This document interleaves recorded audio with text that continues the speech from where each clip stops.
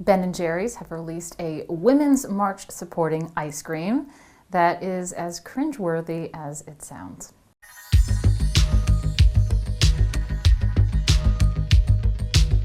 Pecan resist. You get it?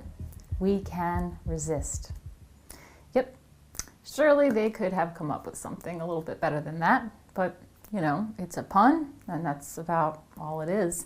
Ben & Jerry's has released a brand new pecan-flavored ice cream with white and dark chunks, pecans, walnuts, and almonds. Not very inclusive, really. What about people with nut allergies?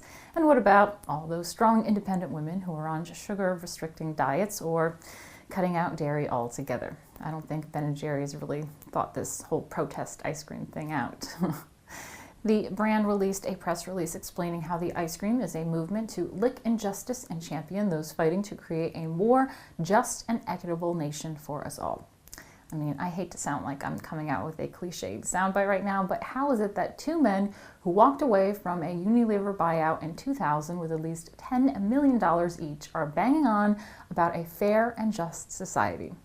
Is it fair and just in their Bernie Sanders fairy tale world that they have so many millions while the protesters they're selling ice cream to probably have to decide whether to buy store-brand vanilla ice cream or the extremely expensive Ben & Jerry's luxury ice cream? It seems to me that Cohen and Greenfield know how to make decent ice cream, but honestly don't know how an economy works. They were among other business owners who signed a public letter telling Congress not to pass tax cuts, which have actually since allowed companies to give workers pay raises and bonuses. They should have really learned from that mistake, but they're continuing to do their social justice campaign, and of course it's taking the form of ice cream again.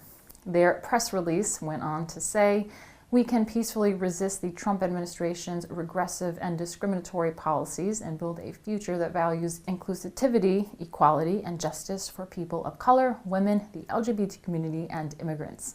Guys, you're an ice cream company, so calm down. Clearly, politics isn't your forte. So far, under the Trump administration, I've seen people of color given pay raises just like the rest of the country, Black unemployment slashed to its lowest levels, LGBT community given the opportunity to live their lives without the threat of radical Islamists being imported into our free country, immigrants given the same economic opportunities to thrive, and women empowered to be the best and compete on the same levels as men. Just look at all the powerful women he put into places of power. Ben & Jerry are out of their minds, and to be honest, I'm kind of bored with it, unless they come up with a soy vegan alternative that's allergen-free, low in calories, gluten-free, organic, and made from only fair trade ingredients, handmade and handpicked by highly paid Syrian refugees in an economically equal country like Sweden. I'm out, guys.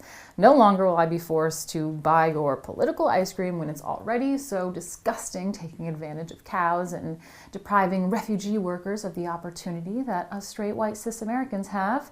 Why don't you just go ahead and make a Kool-Aid flavor ice cream? I'm sure your millions of brain-dead zombie-like followers will lap that up and pay you a fortune for it. Though, if you really want to start doing some good with the money you make from your far-left cult of ignoramuses, why don't you start giving money to charities that help families who have fallen victim to migrant crimes?